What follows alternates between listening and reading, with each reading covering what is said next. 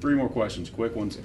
What do you think you've learned throughout this process? You haven't been at the presidency very long, and now you're at the top making these decisions. What do you think you've learned in this process? Well, again, I think it's important to talk to people, and I regret very seriously the pace of this activity precluded my being able to talk to more people than I could. That's a lesson I probably already knew. I know it even more now because that's caused a lot of the anger. Again, if people have a shot at being able to convince you they're right and you're wrong, they accept the outcome in most cases. All right, that shot wasn't there this time, and I'm sorry about that. But I wasn't the only player here, so that's just out there as a situation. I hope we've learned enough about what can happen, that the Big 12 is now a stronger organization among its board. That we've been close to the edge here. We've come back from the edge. I hope our next meetings are going to be meetings where we can truly think about how to make the conference long-term a very stable, successful conference. It was sort of born unnaturally, as we all know. It's got some factors in how we share revenue that I think make it hard for people to feel like they're being treated equitably. We got to figure that out and fix this for the long term. That's something I'm giving myself to within my role as a board of director member in the Big 12.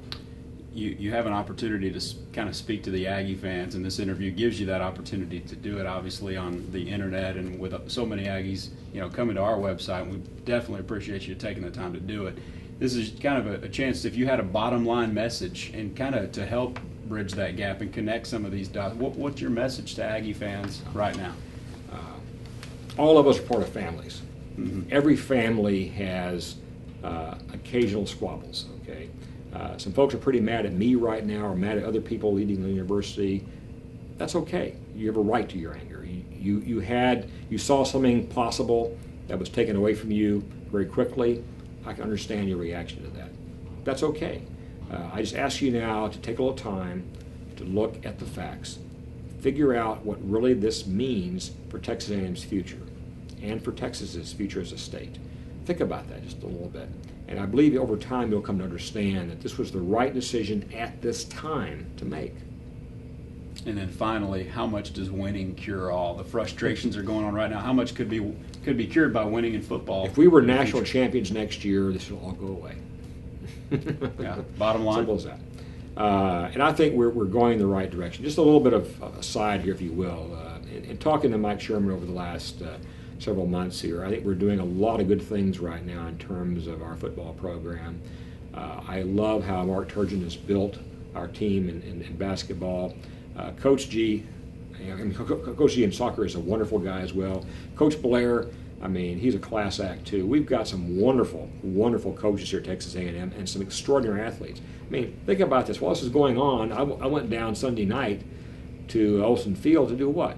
To meet the incoming members of our track and field team. We just won the national championships, men's and women. That's extraordinary, 2 years in a row. Let's celebrate a little bit too, folks. We're Aggies. I know football sort of is the biggie, but our athletes here in all sports deserve your attention and deserve your support. And I was out there with not a lot of people, unfortunately, on Sunday night here to greet some of the world's best athletes. Think about that. They're here at Texas A&M. Let's give them some due as well. Yep. Dr. Loftin, we appreciate it very much. Dr. Arboen Loftin, Texas A&M president, kind enough to sit down with us here on TexAgs.com.